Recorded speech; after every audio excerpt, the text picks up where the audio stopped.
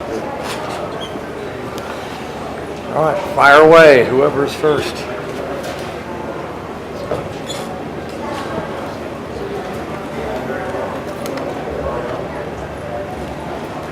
Steve Martin, Bay Area News Group.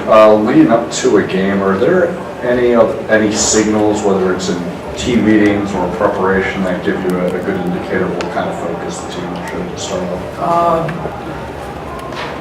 In the regular season, I would say yes, but in the playoffs, I think everybody's locked in every game. So it's a different vibe. The players know what's at stake, and so not as many clues that you can pick up in the playoffs. So we're ready to go. Our guys are prepared and ready to play tonight. Steve, Scott Hostler, San Francisco Chronicle. Do you have any comment on the school thing yesterday where the kid showed up at school with a gun nearby here in Portland?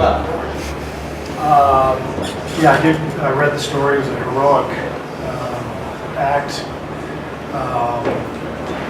and we should all be thankful for the young man who came to the rescue.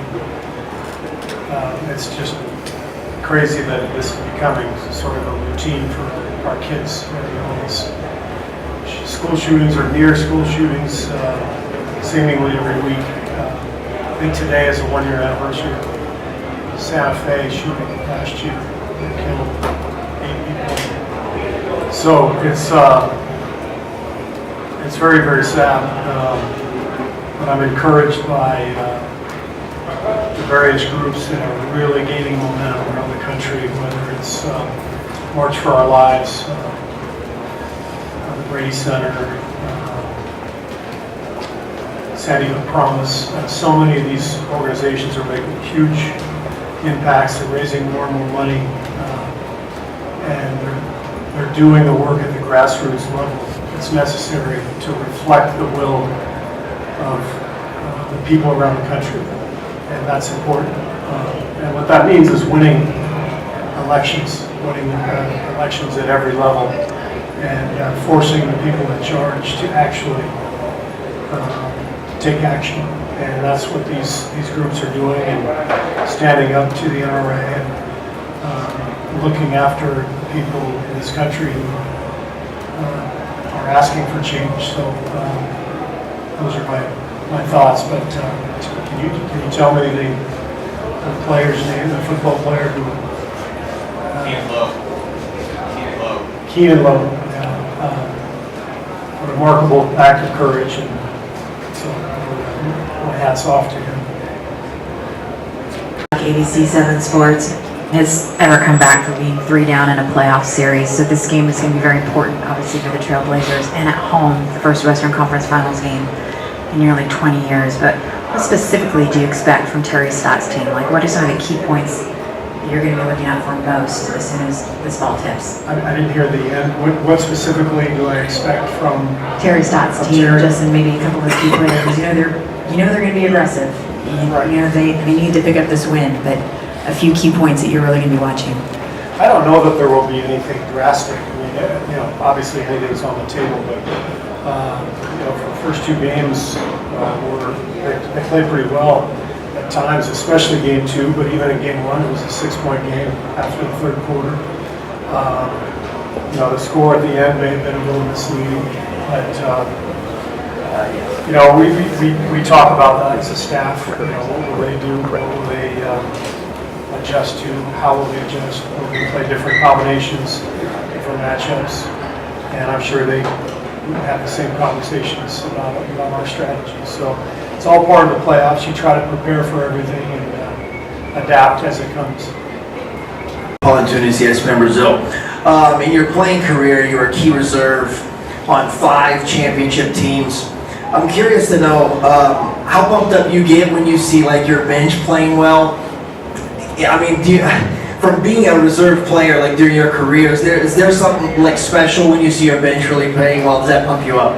Well, yeah, because I can relate to those guys much better than I can relate to the starters and the Hall of Famers. So I think the bench players play a unique and important role on every team. But on winning teams, you know, one of the things I learned from Phil Jackson when I was in Chicago was how important it was to engage the guys on the end of the bench, keep them involved, which means throw them out there. You know, don't be afraid to put everybody in the game at some point. And there's going to come a time where every single player on the roster is going to have to contribute to help your team win. So we're blessed with a lot of talent, so we're able to mix and match and play some of our young guys, bench guys routinely, and put them in with other starters and protect them a little bit. But I think there's a real power in that dynamic.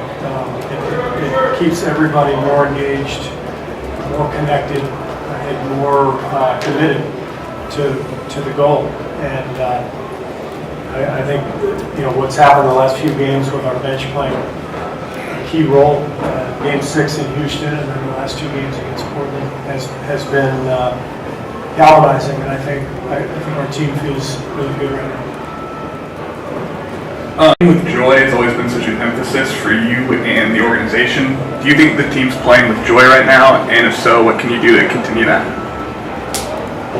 I think Steph Curry always plays with joy. And, he sets the tone for us. But I think it's a dynamic that we believe in. We try to remind our guys how lucky we are to be playing this game for a living and to take advantage of the opportunity while it's going on. Not only the ability to play in the NBA, to make a living playing basketball, but to play together in this era, this special run that we've had. And so, we try to make it fun at practice. Our players naturally are great guys. They love the game. They love playing together. I think one of the maybe unknown dynamics of our team, unless you follow our team daily, all of our all-star players are workers. They practice every day. Kevin, Steph, Clay, Draymond, Andre, these guys, they practice every day. You'd be surprised how many players around the league don't practice, star players. But our guys love practice. They get their work in every day. They take pride in it, and it sets a tone for the entire group. And so I think there's a momentum that builds from there. But there's no question that our guys have enjoyed the run that we've been on. It's been pretty amazing over the years, but they're the ones who set that tone. Half of game 2, you plan to stay with Looney to start tonight? I have no comment.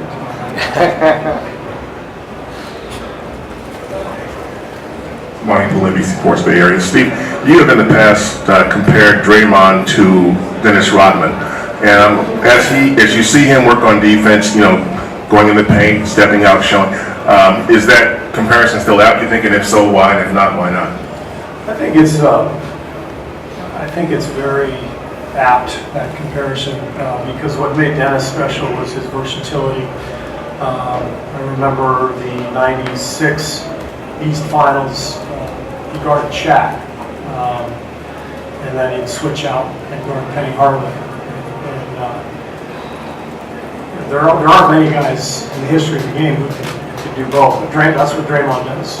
He'd switch out and guard Damian Lillard, go down and guard Nurkic. He can guard any position against pretty much every team that we play. So the versatility is remarkable. Draymond's a better offensive player than Dennis was. Dennis was better than people knew. He's a pretty good passer, had a good feel for the game. But Draymond has just become a tremendous playmaker. Our leading assist guy and a guy who pushes the pace and handles the ball quite a bit for us. So I think he's actually a better two-way player, but very similar to Dennis at the defensive end. Not as good of a rebounder, though. I got to give that to Dennis. I've never met anybody who was a better rebounder.